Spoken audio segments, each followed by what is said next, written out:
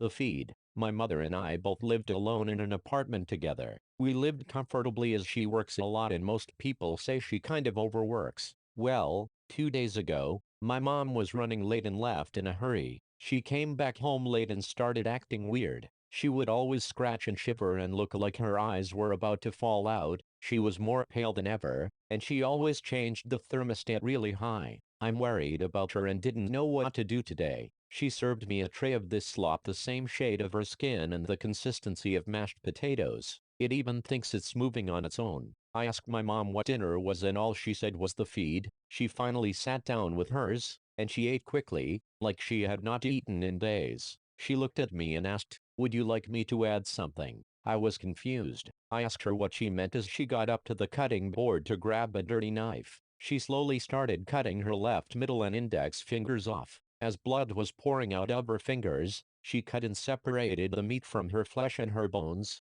then quietly sat back down and put it in the slop.